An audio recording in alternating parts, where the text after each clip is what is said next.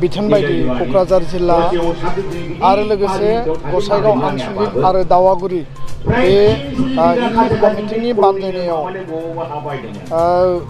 बड'लेण्डनि नैबे सोनाबा थानाय संकस दैमानि खाथियाव बे दावागुरि ओनसोल आरो बे गुवार ओनसोलखौ लानानै बे रिपु ट्राइबेल बेल्ट जिहेतु बेयाव गोलैयो बे रिपु ट्राइबेल बेल्टनि गासै रायजो राजाफोरखौ लाफानानै ट्राइबेल बेलेन्ट ब्लकनि हा हुनि रैखाथि जिहेतु ट्राइबेल बेलेन्ट ब्लकआनो बर' आरो ट्राइबेलनि मोनसे रैखा कवच आरो बेलेन्ट ब्लकनि बायजोआव थानाय बर' आरो ट्राइबेलनि हा हुनि प्रटेक्शननि बाथ्रा लोगोसे बे बेलेन्ट ब्लकआव गोबां एनक्रचमेन्ट जाबाय आरो दिनै बे एनक्रचमेन्टआ गोबां गाज्रि थासारियाव दङ आरो जोंनि मानसिया जेराव मोनसे समाव ग्रोम ग्रोमै जै जैमै रायजो जादोंमोन आबाद मावदोंमोन लेखा फरायदोंमोन गावबा गावनि आसार खान्थि आरो धोरोमनि गेजेरजों गामि गायसननानै गामिखौ जौगाहोदोंमन बे ओनसोलफोरा दिनै गुबुनारिनि कब्जायाव आरो इलिगेल एनक्रचारनि कब्जायाव लोगोसेयै जोंनि बर' मानसिफोरनियाव बा ट्राइबेल मानसिफोरनियाव हा हु दङ नाथाय डकुमेन्ट गैया आरो गोबां मानसिनावनो डकुमेन्ट गैया बे बाथ्राखौ जोङो जेब्ला एनआरसिनि खामानि मावो बे समाव जोङो प्रमान मोनबाय दा डकुमेन्ट गैयाबा नोंनियाव हा थायोब्लाबो बे हानि लिगेल अथरिटिया माने डकुमेन्ट गैयाबासो नोङो क्लेम खालामनो हाया न'डाउट बे हाया नोंनि बे हाखौ रावबो लांफैनो हाया खिन्थु मालाबा बेबायदि परिबेसखौ फैनो हानाय जे नोङो लिगेल अथरिटिखौ नों दिन्थिनो गोनां जानो हानाय आरो बिनि अनगायैबो गोबां मानसिया दिनै लेन्डलेस आरो बिसोरनाव डकुमेन्टबो गैया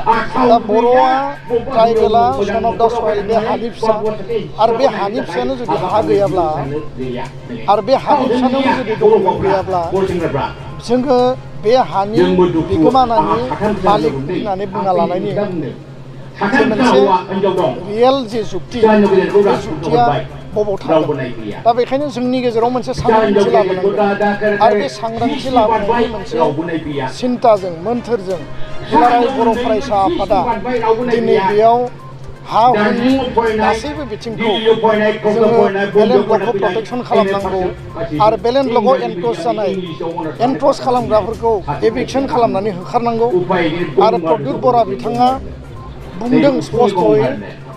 बिथांनि जि पिआइएल पिटिशनमोन गुवाहाटी हाइकर्टआव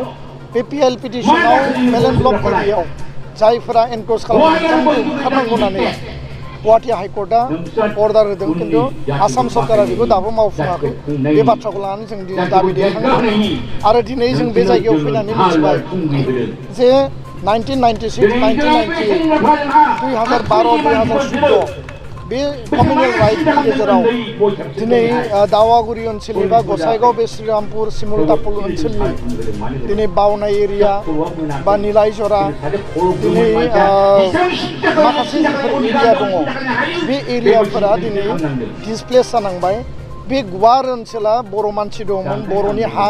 बे हाफ्रा बर'नि नामाव दङ खिन्थु बेयाव दिनै बर' मानसिफ्रा थांफिननो हायाखै दा बेखायनो दिनैनि बे मेलनि गेजेरजों रायजो राजाफ्रा जोंनिसिम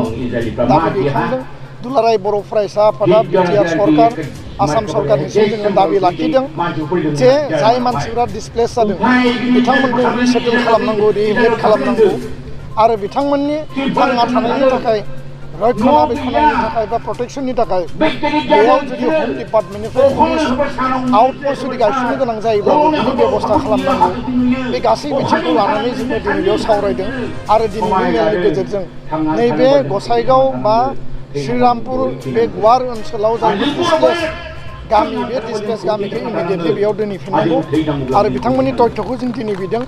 आरो जेराव जेरै ससियेल डिस्टार्बेन्स सिखाव सिथोब खालामनाय जोंनि मानसिफोरखौ बिनानाव जोंनि गथ' गथायफोरखौ अयनाय इनाय खालामनाय गाज्रि इसारा होनाय मालाबा लांखारनाय मालाबा रेप खालामनाय बे खुनु कारनाव जों कमप्रमाइज खालामनाय नङा बे बाथ्राखौ जों बुंदों आसामाव मिशन बसुन्धरा 1.0 जाबाय दा 2.0 जानो थांगासिनो दङ बिटिआर काउन्सिलाव बैसोमुथि बे बा हा बैसोमुथिनि मोनसे मिशन जेराव माने जोङो गावनि बिमा बिफा बा आबै आबौनि हाखौ फिसा फिसौआ नाम माने ट्रान्सफार खालामनानै लानो हागोन बा बेयाव गोबां माखासे बेबस्था थागोन आरो बे बेबस्थानि गेजेरजों जोङो डकुमेन्टेसन मोनगोन आरो डकुमेन्ट मोनोबा नों लिगेल राइट मोनगोन आरो नोंनियाव डकुमेन्ट थायोबासो नों बायदिसिना सरकारि अनसुंथाइ सरकारि जिखिनि माने नोंनाव अधिकार बेखौ नोङो गोरलैनो मोननो हागोन दा बेखायनो अभारअल बेयाव हा हुखौ लानानै दिनै गासैबो बाथ्राखौ मिडियायाव बुंनाया सम्भब नङा खोलाहा जोंखौ सोरबा गुबुना नाख्रेबबोबाय साहा गुबुन मोनसे हारिया जोंखौ नाख्रेबगासिनो दङ आरो गेजेराव आरो गुबुन गुबुन हारिजों जोङो गेलेनानै थांना थानांगौ दा बेखायनो खोलाहानि एनफर्समेन्ट साहानि गाग्लोबनाय बे गासैखौबो जों जुदि बेलेन्स खालामनानै जोङो रायजो जानांगौब्ला जोङो गुबुन हारिजों जोङो मालाबाबो दाङाबाजि लुबैया जों रावजोंबो कमिउनेल कनफ्लिक्ट जानायखौ जों लुबैया जों सान्थि गोजोननि जोङो रायजो जानानै थांना थानो लुबैयो नाथाय जोंनि हाखौ जोङो बासायनानै लाखिनांगोन फिसा फिसौनो होनानै गालांनांगोन आरो बे हाखौनो लानानै बड'लेण्ड दाबिजों बा गुबुन गुबुन मुंजों गोलाव सम सोमावसारनाय जाबाय आरो बे हाखौ लानानै बड'फानि नेतृत्वआव बड'लेण्ड आलादा रायजोनि सोमावसारनाय जाबाय मास पिपल मास रिभलिउसन आरो दिनै बेखौ बिथा खालामनानै बिटिसि आरो दिनै बिटिआर मोनबाय एबसुनि आन्दलन एनडिपिनि आन्दलन बिएलटिनि आन्दलननि गेजेरजों बे हाखौ जों रैखा खालामनानै लाखियाब्ला बे हाया जुदि गुबुननि कब्जायाव थाङोब्ला जोङो बे हाखौ अधिकार मोननायनि कुनु अस्तित्व थानाय नङा आरो उननि समाव जे जोङो आलादा रायजो मोननांगौनि जि माने बिथिं बा जों सोरजिनांगौनि जिखिनि बिथिं बे बिथिंखौ जोङो जुक्ति आकारै जों बुंनो हानाय नङा दा गोबां मानसिया गोबां गिदिर गिदिर बाथ्रा बुंनो हानाय गोबां मानसिया सोरबा माने बायदिसिना बाथ्रा बुंनो हानाय किन्तु इन रियेलिटि ग्राउन्डआव जेब्ला नोङो गामियाव आइ आफाजों रायज्लायनानै आइ आफानि दुखु जारला बिथांमोननि जेंना जेंसि बिथांमोननि संसार जानायाव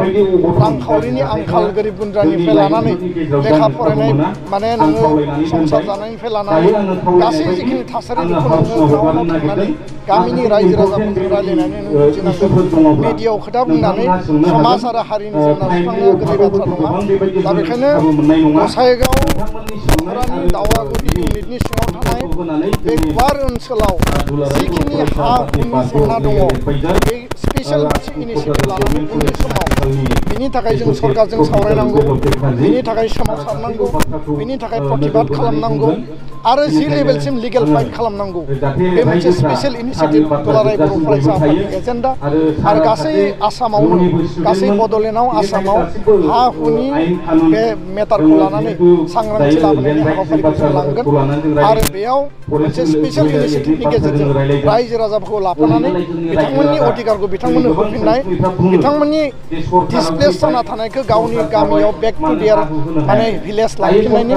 बे मोनसे महत उद्देश्यखौ लानानै जों हाबा मावलांगोन आरो दिनै रायजो राजाफ्रा जोंनो फैदों गोबां मोजां मोनसे नेरसोन आरो बे मोनसे मेहेरगोनां आरो ओंथि गोनां आरो जोङो बेबायदि मोनसे मेसिभ साइलेन्ट आरो इनार केम्पेइनखौ लाना थांनानै बर' हारिखौ गेरेमसा माहारि दानाय बड'फानि मोन्थोर मोगथाङाव जाफुंसार होनायनि थाखाय जों हाबा मावलांगोन।